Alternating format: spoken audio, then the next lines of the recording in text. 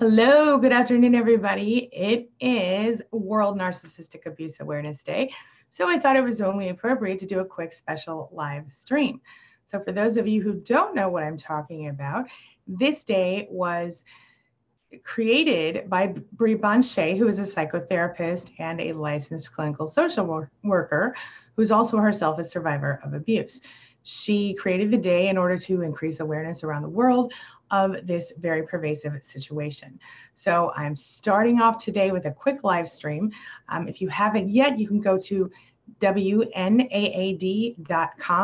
and sign up for the free telesummit. You will be able to listen to the audio interviews there, including one with me and several other people. So while I'm here, I'm going to be here just a short time, but I want to make sure that everyone gets an opportunity to go ahead and share with me your thoughts. Let me know if you have questions or comments or concerns, things you want to talk about. Now's the time to pop them in the chat. All right. Good morning, everybody. Ileana, I'm sorry, good afternoon. Ileana's here, Natasha's here. Hello, big hugs to both of you. Danielle Whittington, hello. And J8 says there's something wrong with an individual when they give you a disgusting look and they don't even know you. Yeah, sometimes there is, but sometimes you don't even know exactly what that look's about. I guess it depends on the person, huh? Let's see here. Good afternoon, Shar. Sam is here. Hello, Sam. He says, hi, Angie. Just added the TWIB into my account. No, I haven't used it in many months. I understand. I did the TWIB in myself. And you can also see that at wnaad.com for those of you who are interested in getting a little profile picture frame for World Narcissistic Abuse Awareness Day. J8 says, but when you get those looks, it's hard not to examine yourself and wonder, is it me? Most of those looks are from narcissists. I think sometimes that's absolutely the truth. But I think at other times, you're dealing with somebody maybe who is even being abused by a narcissist. I try not to take things personally as often as possible from people who don't know me, because you never know what their deal is. You know what I'm saying? So that's what I think anyway. Colleen, hello, Colleen. Thank you for being here, my friend. Mod Squad member, admin, and fellow coach. She says, hello, everyone. Angie, you were fabulous in your interview. Loved it. And you? Love you too. And thank you. I haven't even got to hear it yet because they've been having some server issues today. Frustrating, but I'm so glad that it went well. Or that you enjoyed it anyway. Hello, Ms. Maddie, also Mod Squad member. Appreciate you, my friend. She says, good afternoon, everybody. I had no idea this day existed. Narcissistic awareness is so important, and that's absolutely the truth. Could not agree more. Let's see. J8 says, but I wonder about others who do the same. Are they narcissists? I put myself in their shoes, and I haven't come up with an answer as to why. In my own life, I've given certain people disgusting looks and felt really bad after doing so. I tried to apologize. Yeah. It's frustrating and hard when it happens and you're out in public and you have no idea why it happened. But you also have to think about this. I've had looks from people who don't know me for a lot of different reasons. Maybe they thought that I was, maybe they thought that someone who was with them was looking at me a way they didn't like, or maybe they thought that I was rude to them somehow because I don't even know. But people look at me funny sometimes. And then sometimes people stop me on the street and go, are you Penelope Garcia? Which I am not, but that happens too. It's kind of funny.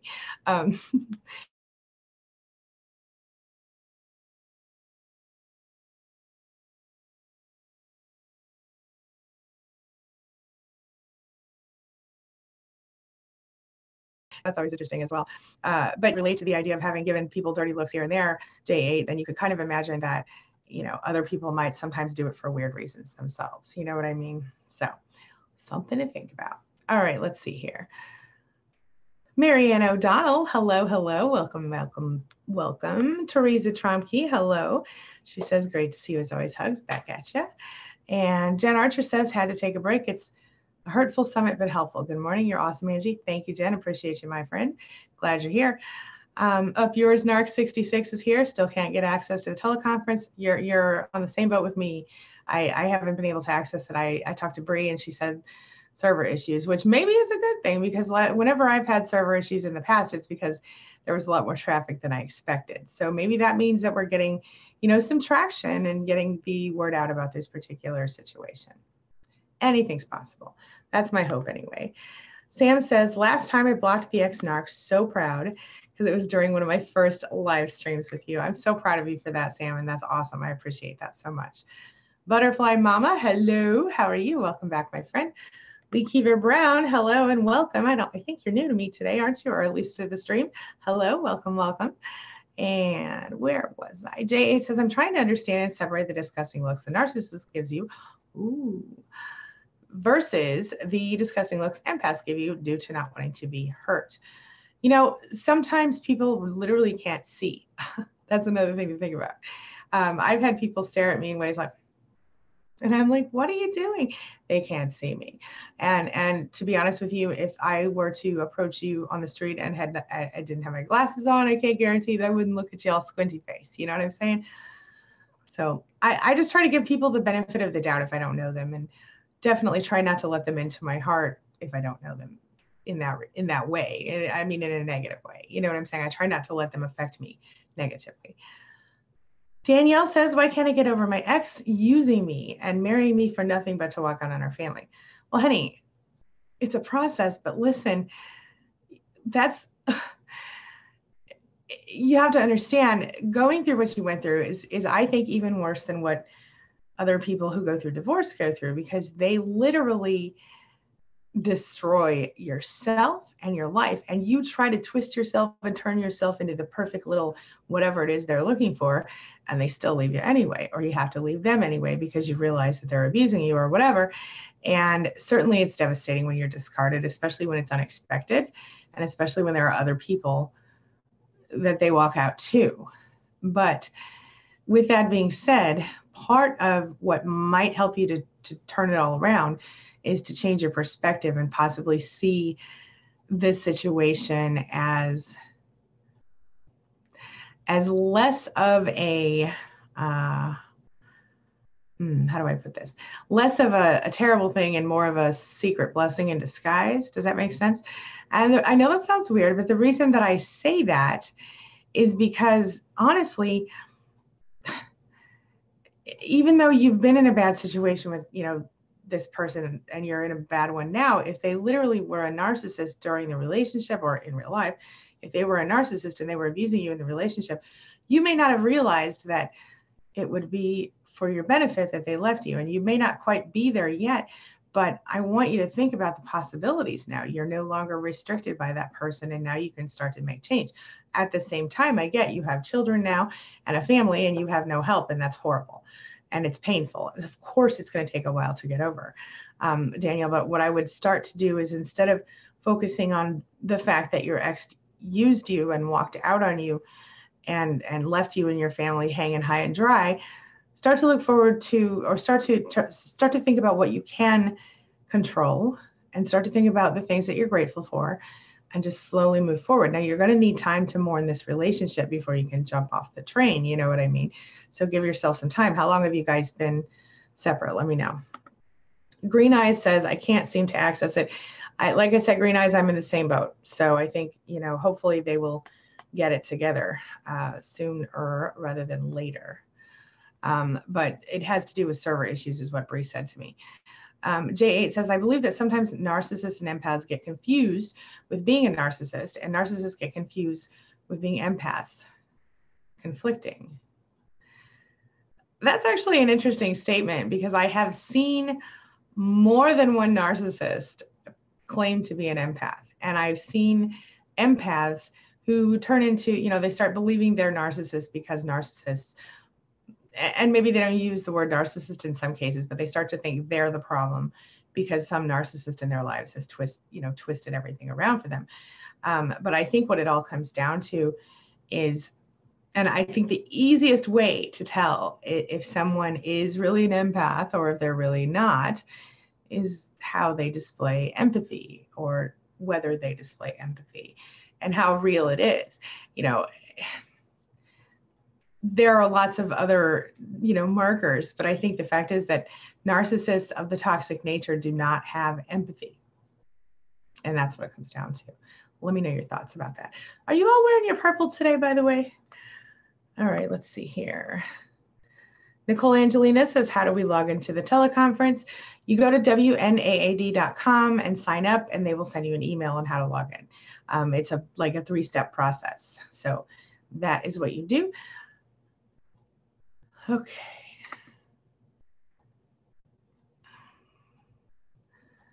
Let me see here. Okay, wow, that was unnecessary.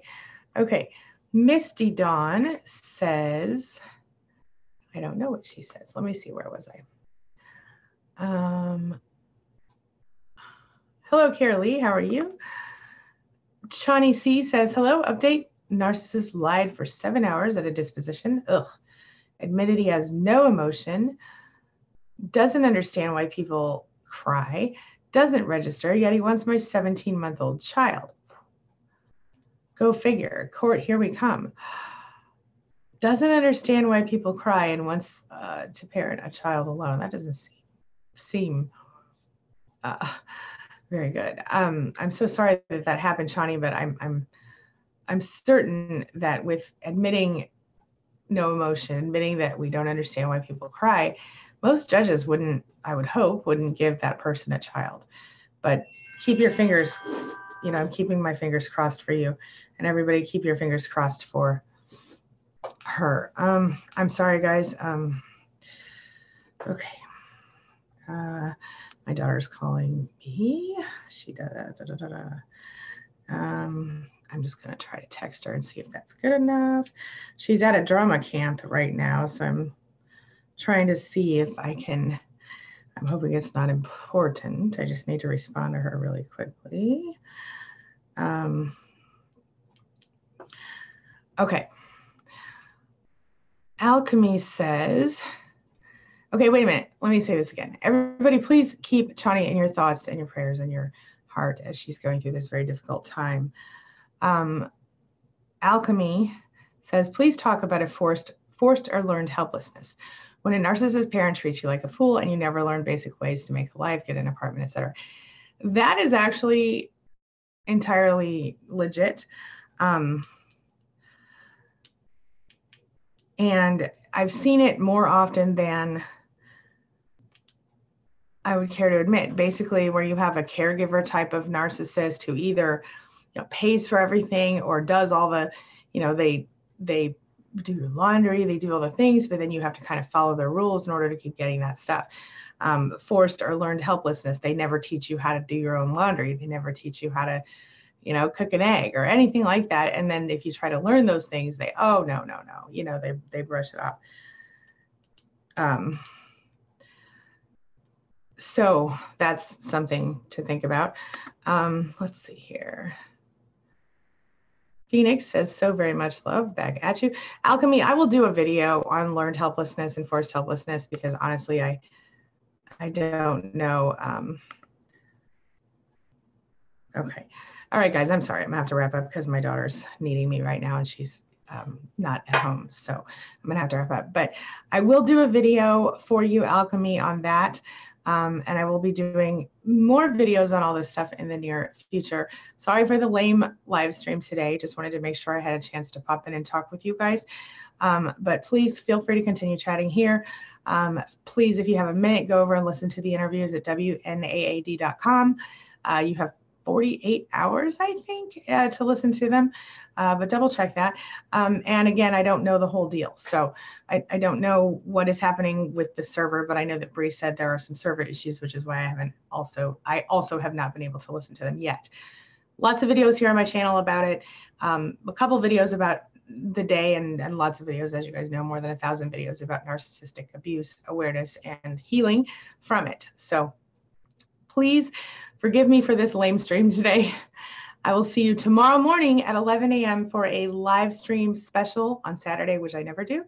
And I will be here with Lise and Colleen, my co-coaches over at queenbeing.com. So come talk to me then for a much more in-depth stream. All right.